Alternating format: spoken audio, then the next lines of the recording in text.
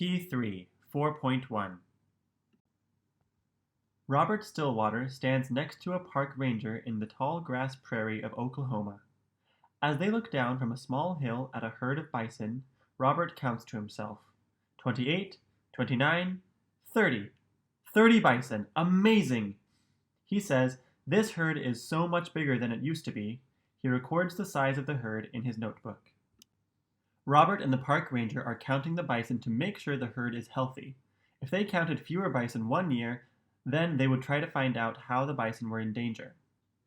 Robert is a Native American of the Osage people. He looks around at the natural beauty of the tall grass prairie and thinks to himself, "I wonder what my people would have seen long ago if they had stood on this very spot too." Osage people used to live in an area that today is in the states of Missouri and Arkansas. To feed themselves, they planted crops, gathered food from the land, and hunted animals. Bison were especially important to the Osage people because the mighty animals were used for food, clothing, and shelter. There were 3 big hunts each year in the spring, summer, and fall.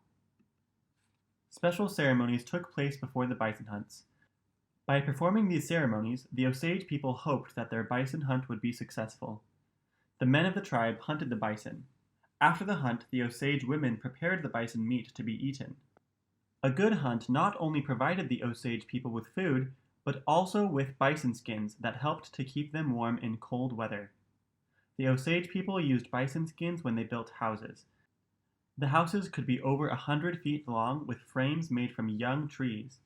Bison skin was one material used to cover the houses. In the time of Robert's ancestors, there were more than 30 million bison on the prairies. They lived in herds of between 20 and 50 as they roamed and grazed across the prairies.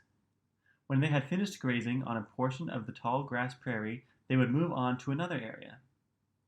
Long ago, there was so much prairie land that the bison always had plenty of food. Much of this land was uninhabited by humans. As time passed, people started to destroy the prairie lands, and the bison had less and less to eat. People also hunted large numbers of bison for sport instead of for food. In time, there were almost no bison left. People were in danger of losing this great creature forever.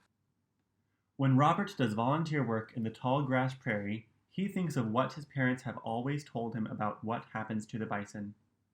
About 20 years ago, a group of people brought a herd of 300 bison to the prairie where Robert Stillwater now volunteers. That original herd has grown to almost 1,600 bison today. The park rangers have told Robert that the herd will soon have close to 3,300 animals. By doing volunteer work, Robert has learned a great deal about the bison.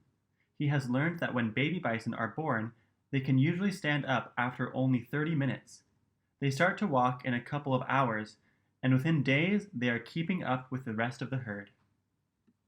The bison will usually eat the grasses of the tall grass prairie. They have also been known to eat berries and bushes that grow on the prairie. The average bison eats about 30 to 50 pounds of this food in one day. During the winter, bison will even dig in the snow with their hooves and heads to uncover their food. Sometimes, the male bison will fight with each other. When this happens, they will shove and hit each other with their heads. Robert has been lucky enough to see bison eat and grow up in their habitat. However, when he sees them getting ready to fight, he keeps a safe distance. Robert is very happy to be doing his part to preserve his ancestors' land and to help the bison live in their natural home.